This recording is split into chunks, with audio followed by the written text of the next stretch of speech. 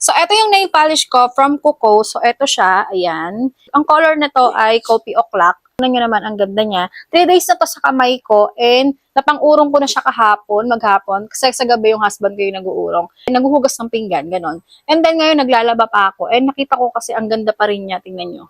Matibay nga siya ayon sa kanyang mga review. So, 3 yung kinuha ko. Ayan siya. So, itong ating tiramisu, hindi ko pa natatry. Dali lang siyang matuyo kapag in-apply mo. Kaya madali lang din siyang i-build up yung color niya hanggang sa maging ganyan yung kulay. So, ganda ng color na to mga tita. And makintab siya kahit hindi ko siya nilagyan ng pinaka-top coat. So, ayan, 3 days na siya sa kuko and na-amaze ako sa kanya kasi nga, tingnan nyo, ang ganda pa rin niya. Wala pa rin siyang back. Tingnan nyo.